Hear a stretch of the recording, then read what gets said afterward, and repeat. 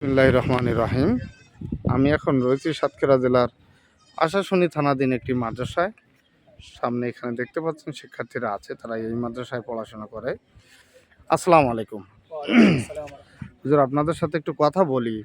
আপনার এই মাদ্রাসায় শিক্ষার্থীর সংখ্যা কতজন, স্টুডেন্ট কতজন? প্রায় আনুমানিক 230 প্লাস। আর এই বাচ্চাদের জন্য শিক্ষক নিয়োজিত আছেন কতজন? 15 জন প্লাস। আচ্ছা, এই মাদ্রাসায় কোনো সরকারি অনুদান আছে কিনা? না। এই মাদ্রাসায় খাবার পানির কোনো ব্যবস্থা, টিউবওয়েল আছে কিনা? না। নেই। কিসের পানি খান পুকুরের আপনারা? পানি খাই আমরা। পুকুরের পানি খান।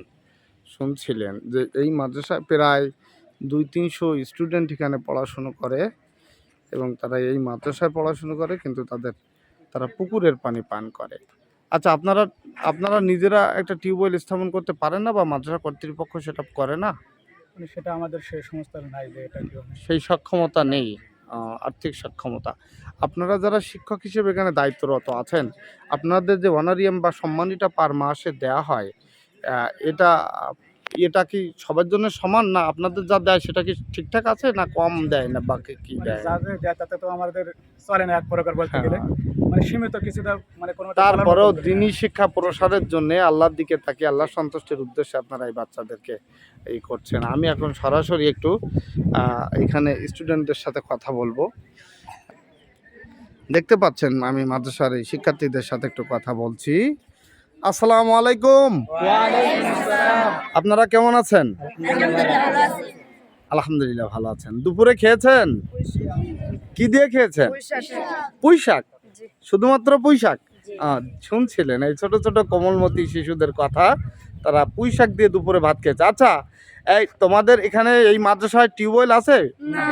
হ্যাঁ, টিউবওয়েল নেই। ও ইস, তো তোমরা কিসের পানি পান করো? হ্যাঁ, বৃষ্টির পানি। বৃষ্টি না হলে তখন পুকুরের পানি। পুকুরের পানি খাওয়া হয় শুনছিলেন। অনেকগুলো শিক্ষার্থী এখানে আছে। আচ্ছা, এই ওই তোমাদের ভিতরে কোনো এতিম বাচ্চারা আছে? হ্যাঁ, কই এতিমকে একটু হাত উঁচু করো। হ্যাঁ, এই যে এতিম দেখতে পাচ্ছেন, এখানে অসংখ্য এতিম বাচ্চারাও রয়েছে।